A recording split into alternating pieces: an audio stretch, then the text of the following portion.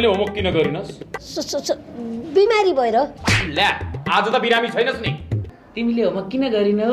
Sir मेरो टाउको कस्तो दुखेर मैले होमवर्कै गरिनँ। फेरि मलाई किन झापड? तैँले यहाँ उनलाई दिनभरि किचकिच गरेर उसले टाउको दुखेर होमवर्क गर्न सकेन।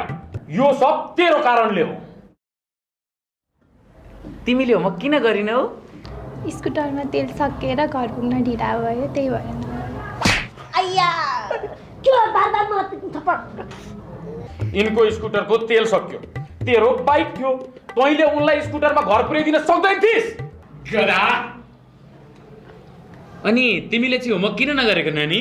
सर घरमा भैँसी ब्याएको थियो। यसमा पनि तेरै हात छ गधा, तँलाई